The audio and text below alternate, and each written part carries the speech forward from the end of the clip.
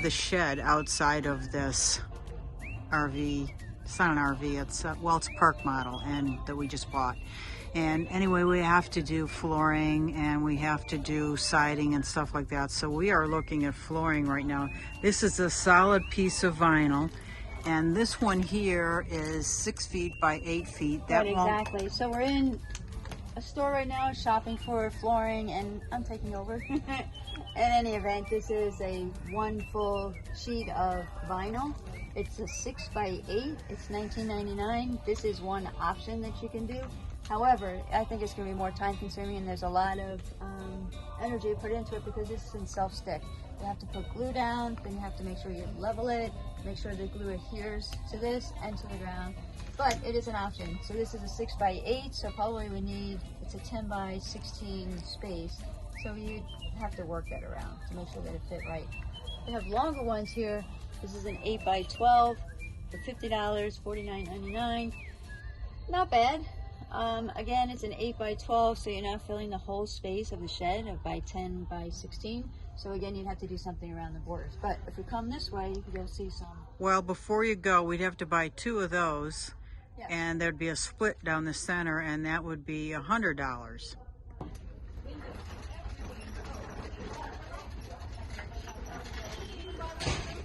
So this is another option that we can do. It's squares. There's 20 tiles in them, 12 by 12. They're $12.99 per pack, so it's a really good bargain, a really good deal. And these are self-stick. But it has this funky finish on it. Tip it sideways because I can't see the finish. Yeah. So it's really glossy and it has this undulating, I don't know if you can see it. Anyway, this is an option. It doesn't look good. It's not an option. It is very sticky. So basically with this, 20 tiles, 12 by 12, probably gonna need about 10 or 11. I'm not sure the exact math, but that is another option that we're considering. You take 20, you take 20 and you divide it into 160.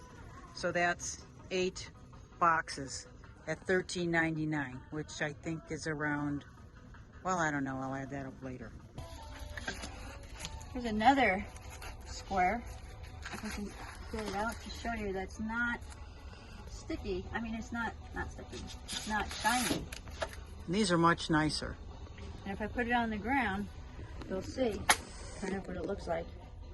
But you couldn't even tell with the other one on camera for some reason, but this one is got a flat matte finish and it's much nicer.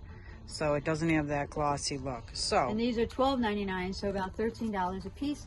And you're only getting 9 square feet. So it's going to cost a lot more money, probably over $200, $230.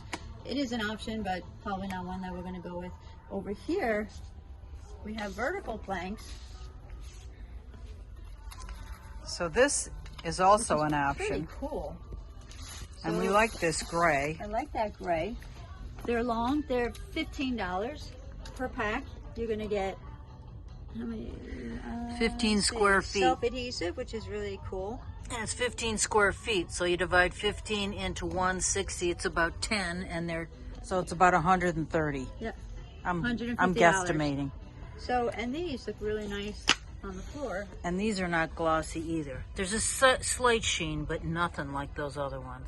And it's an even sheen, so these are kind of nice. This is an option. It's really not bad. So it's an option. We're going to keep hunting around to see what else we can find. We just started looking for flooring and just came across these. So stay tuned and we'll see what else we can find. Thank you. So I took these 4 doors off, the ones with the leaded glass, and I pulled the leaded glass out of the frames. And I don't know, I might be able to reuse those for something. So we'll see. I also disconnected the light, but I might need to put it back in there so I can see the screws. Like there's a screw right there, and they're all along this top ridge here. And I'll probably plug that light back in when I go to unscrew those. So now I'm on the opposite side, taking off these 3 doors. And this one down here is not a door, it's just stable, probably because you couldn't really reach it too well from here. So I'll take these 3 doors off next. So Melanie is about to tear apart this cabinet from the ceiling. Go ahead now. So we took off the hinges, and now we're taking off these other screws For the handle. And they're a little stuck, so it's got to do it by hand. But we're taking them off because we could possibly reuse them for another project or use this door for something else. That'll be seen. So I will do that on all 3 doors now. So I bought this LED light here. It's very bright, so I didn't need to leave this plugged in, which I was a little nervous about. So I'm just gonna, oh, that was nice. Not real great. Anyway, it might be, like I said, due to high humidity, that these things just don't stick. This edge is not sticking either. So what I'm going to do is take out every other screw and work from there. Okay, Melanie is about ready to take off this shelving system that's attached to the ceiling. I wonder if I should take this molding off first.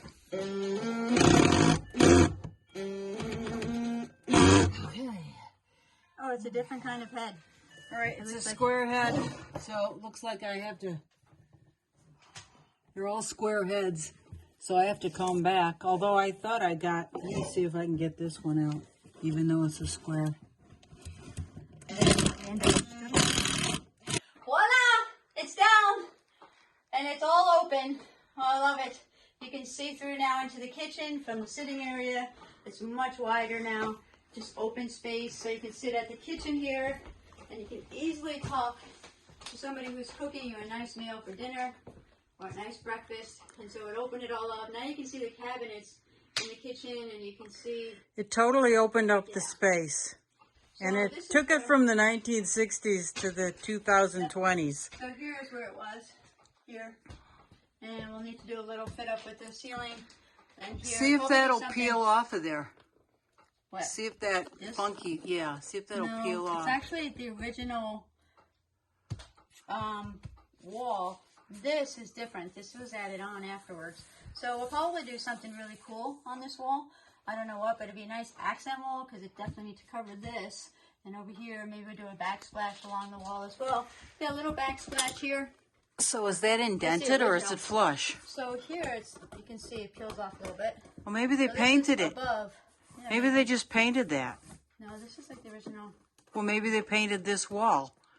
And they just didn't paint inside there. Anyway, that's an idea. Anyway, this is our next project.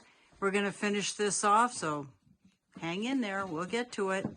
So my thought was to put track lighting all along here.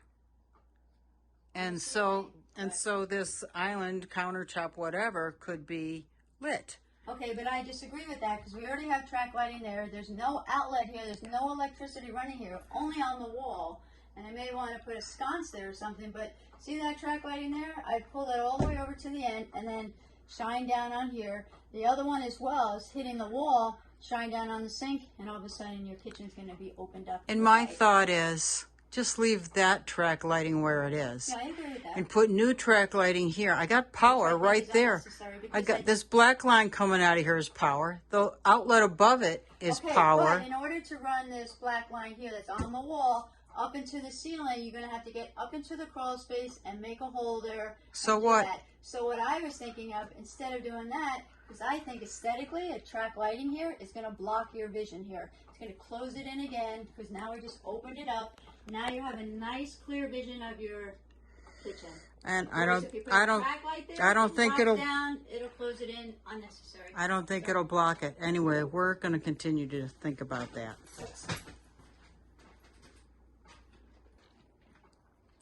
Virginia's moving that one track lighting over to this area. And if you ask me, those things are not very bright. Well, they can go brighter. I think it's on a dimmer. Okay, I'll check that out. So we moved that one track lighting over to this island here. It does brighten it up a little bit. Maybe we can get brighter bulbs in these two lights. Right. And switch that other light on the right. Whoops, that one right there, so it points down on the sink. Right, that one there. And notice here, the end of the ceiling that they replaced with, we'll have to put some kind of... That was just paneling, I'm sorry. Right, so we'll have to do something here and attack something, because there's... And I got to do something there because they cut that piece out. But so that looks just like oak. But it's looking really good. Happy with the demo work. Happy the fact that we took it down. It really opened it up nicely. So we got a little bit more demo yet. I got to move that molding right there. This stuff right here. Got to take that off. And there's also molding, that little piece right there that needs to come off, and that piece of wood. I don't know what I will do with that power cord there. The other thing we may want to do too, Mel, is continue this wall, whatever they have here, kind of mirror it and take it all the way over so it has like a very cabiny feel. I don't know if that's going to close it in or make it feel closed in, but I really like that as opposed to the white.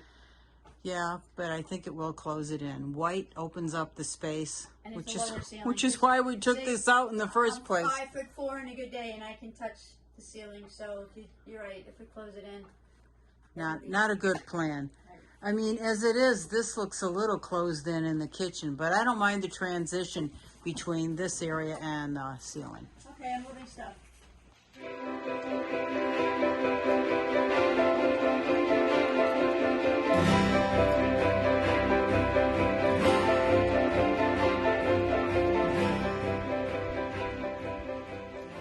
The next project I kind of started on, it's taking down this shelving unit because I want to open the space up top to bottom. And that's the way it originally looked. So I'm able to take off this top railing right there.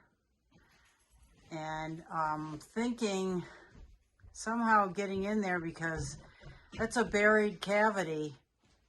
So it'll be a tad tricky to get that off. But there's plywood on the bottom and again on the top, and it's buried somehow in there, so I think I just have to get off. I don't know, we'll see. So I'm up there with this 8-foot ladder because I'm vertically challenged.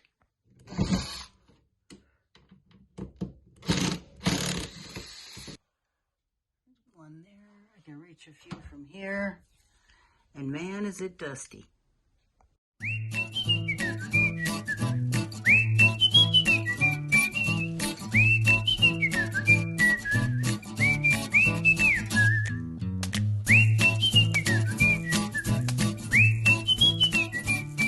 Virginia's up there. It's unhooked, except I think it might be screwed into that other piece. Can you just pull it away from the wall?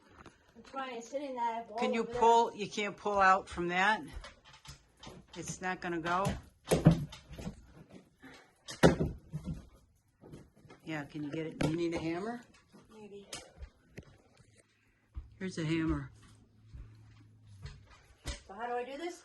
Yeah, that's how you do it. No, just wedge behind it. Like pry it.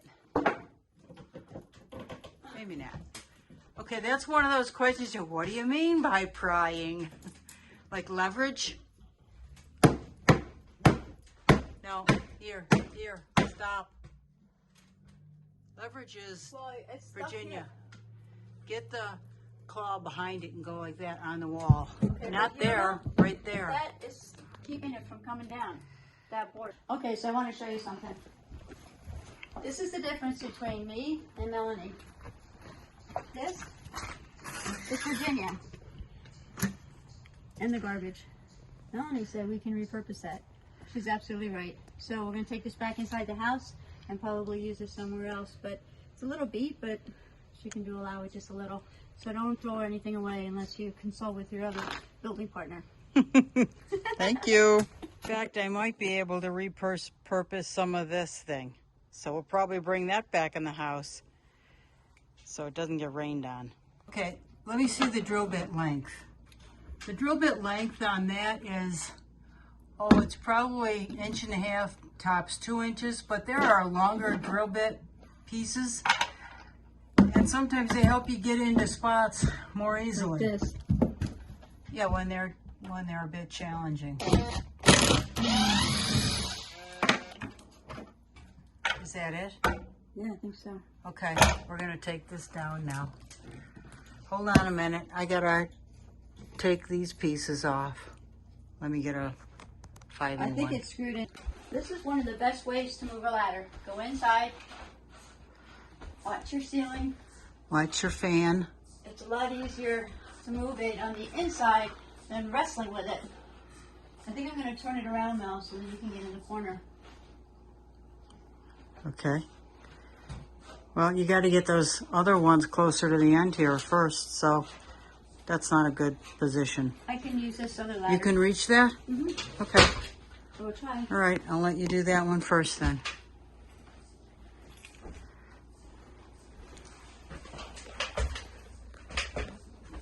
Oh, I need... Virginia's working on pulling up this piece right here so we can get at the screws.